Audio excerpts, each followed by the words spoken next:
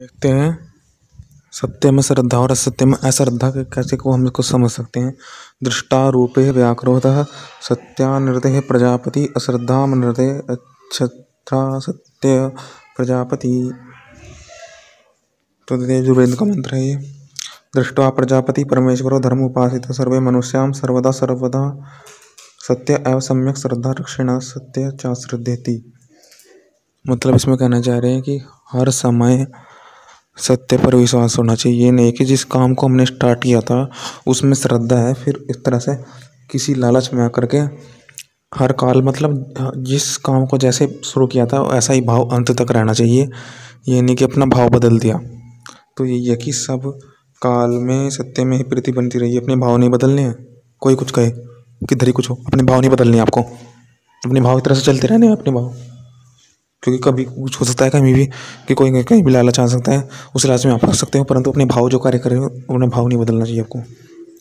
क्योंकि आपका भाव सत्य है, जो आपने पहले चुना था वो सत्य है। क्यों चुना था आपने? क्योंकि उसमें आपको न्याय का व्यवहार दिखा।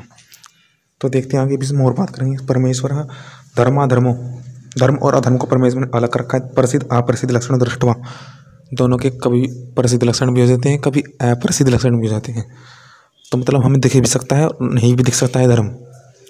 मतलब हम कोई बड़ा आदमी है, बड़े आदमी को हम साधन देने चाहें और छोटे को नहीं दिए तो इधर अधर्म हो गया। पर पहले इस जांच लेने आए से न्याय करके कि इस बड़े आदमी को जो पहले अच्छे काम कर रहा था, क्या अब भी वो अच्छा काम कर सकता है? क्या वो आपके काम में खड़ा उतरता है या फिर वो दिखावा ही है? देखो आदमी दिखावा भी हो सकते हैं कि दिखावे से इतना बड़ा हो गया, परंतु सत्य को वो सुनने का नहीं। क्योंकि आपका सत्य आप जानते हो, आपका सत्य औरों से भिन्न है। आपका सत्य आपसे कुछ तो आप में खूबी होगी, कुछ अलग होगा आप में। तो क्या वो अलग कर सकता है या सिर्फ वहीं तक सीमित है वो उस सत्य तक ही? क्या आपके सत्य तक भी वो है? क्या वो सब सत्य को सत्य हुआ है जो पूर्ण पूरा हो तरह से? ये नहीं कि किसी का सत्य बस छोटा क्षेत्र सत्य, सत्य का बड़ा क्षेत्र होता है, छोटा क्षेत्र नहीं बड़ा क्षेत्र। अपने अपने क्षेत्र तो सब सत्य चल रहे हैं, परंतु जो सबके लिए सर्वदा त्याज्य नहीं है, जो सर्वदा सबको मान्य ही है, जो पूर्ण सबका भला कर सकता है वो सत्य है। क्या वो स्वीकार कर सकता है? तो पहले न्यायपूर्वक जांचो कि हाँ इस कर सकता है नहीं कर सकता। तो फिर आप नहीं कर सकता तो फिर आपको देखना चाहिए कि कौन कर सकता है। अक्सर हमें लगता है कि ये कर सकता है परंतु वो नहीं कर सकता।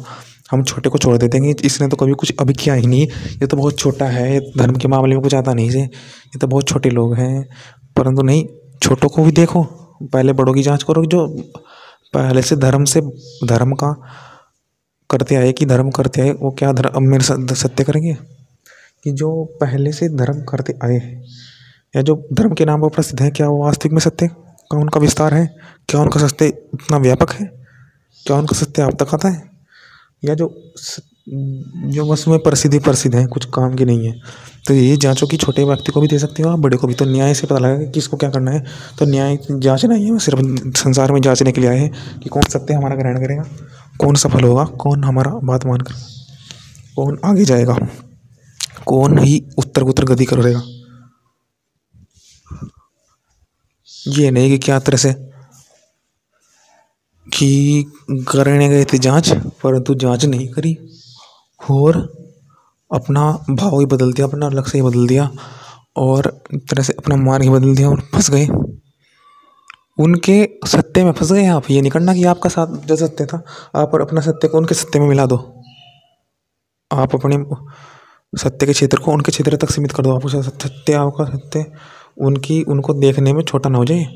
उनका देखना है कि उनका बड़ा होता है, वहीं का वहीं सीमित है, या कोई सत्य अपना भी रहा नहीं। तो यही है, सत्य और झूठ को अलग अलग किया है कि दो प्रकार का है। दो दिन मतलब सब दिन परीक्षा की हो या की जाए, परीक्षा करो या जो परीक्षा की तुमने तो फिर देखो, और जो नहीं की तो करो कि हाँ ये ऐसे ऐसे परीक्षा करके ही प्रमाणों से परीक्षा करनी चाहिए कि क्या ये बड़े आदमी मेरे काम ये क्या है धर्म के धर्मी, क्या ये सिर्फ बोल के धर्मी है, कार्य के भी धर्मी है, शायद ज्ञान के भी धर्मी है, बातों के ही है।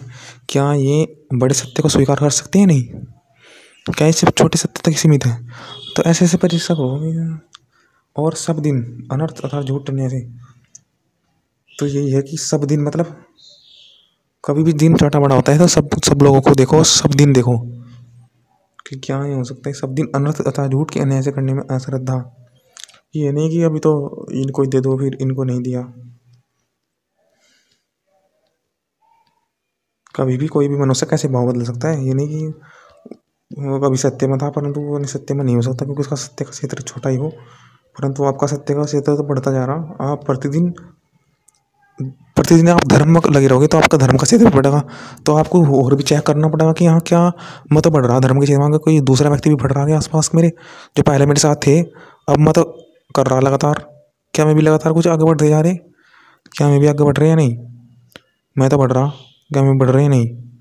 उन्हें चेक करना कि हाँ मैं बढ़ रहे नहीं। जो उन्हें नहीं चेक करोगे तो फिर मैं अधर्म, फिर वो आपके साथ कहाँ है? मैं फिर तो आप उनसे अलग होगे, मैं उनसे आपसे अलग होगे, तो फिर यही तो अधर्म भी हुआ। इसमें भी कर फिर आपका अधर्म बढ़ जाए कि आप उनके साथ हो या आप उनके साथ हैं। आप तो भाई लगातार बढ़ रहे, परंतु वे नहीं बढ़ पा रहे या नहीं बढ़ पा रहे, उनको अब देखना है तो उसको चेक करोगे आप। वरना आप कोई उनका क्षेत्र छोटा आपका क्षेत्र बड़ा तो फिर टकराओ, तो फिर क्या हुआ? करने जा रहे थे भला कुछ भी नहीं भला होता है। अधर्म अधर्म ही तो है कि आपको जिसको देना था वो देना चाह रहे, क्योंकि वो आपने उन छोटो क्षेत्र वालों को समय लगाया। इतना आप किसी और क्षेत्र समय लगाते, किसी दूसरे व्यक्ति पर समय लगाते, दूसरे व्यक्ति पर समय लगा करके वो दूसरा व्यक्ति क्या होता उससे भी अच्छा हो जाता, क्या पता बहुत अच्छे को धर्म को पकड़ लेता, बहुत अच्छा हो जाता वो। तो ये देखना है कि किस समय क्या करना है। कि आप तो उधर उधर करते तो आप समय व्यस्त हो जाता वर्थ, कि आपने इस समय लगाया इस व्यक्ति पर समय व्यर्थ, तो इससे छोटा इस व्यक्ति पर लगाते तो इस जगह लगाते, इस छोटे व्यक्ति पर लगाते, वो धर्म में ज़्यादा और अच्छी गति कर लेता। तो चेक करना पड़ता है कि कौन क्या कर सकता है। चेक करके होगा कि हाँ सत्य न्यायपूर्वक न्याय ये तो है कि न्याय मतलब चेक, बड़े से छोटे लेकर सबको check, A to Z check. छोटे से बड़े आदमी को चेक होगा और सत्य से चेक होगा कि क्या है सत्य इसका छोटा है या विस्तार है, इसका क्या सत्य इतना व्यापक है या इसका सत्य बिल्कुल सीमित है। तो ये न्यायपूर्वक धर्म का आचरण होता है, अधर्म का आचरण इससे अलग होता है। तो यही था।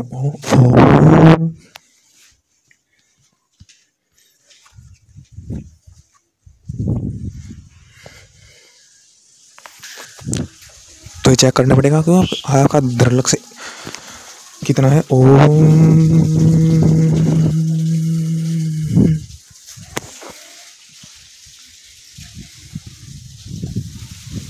आत्मा से, प्राण से, मन से भी चेक करना है कि क्या है मन इसका इतना मजबूत है, क्या इसका आत्मा मजबूत है, क्या इसका प्राण मजबूत है, क्या इसका प्राण कठिनाइयों को देख के विचलित होता है। तो ये भी चेक करना है कि कठिनाई को देख कर क्या इसका प्राण विचलित होता है, क्या ये अपने काम खातर धर्म भी छोड़ देता है नहीं, क्या सब चीज़ चेक करनी पड़ती है।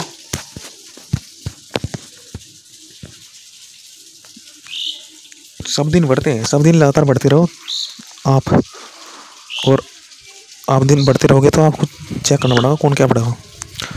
सब दिन आप बढ़ते रहो धर्म के बारे, सब दिन धर्म कुछ और भाव नहीं होना चाहिए। अपना काम करे तो काम ही करो, काम में लगातार रहो। धर्म मतलब दूसरा धर्म ने कोई दूसरे भाव दूसरी मजा लेने के लिए ना, कुछ ऐसा करने के लिए सबके लिए मजा क्या लेना, ज्ञान लेना, ज्ञान ईश्वर के पास जाना, तो बस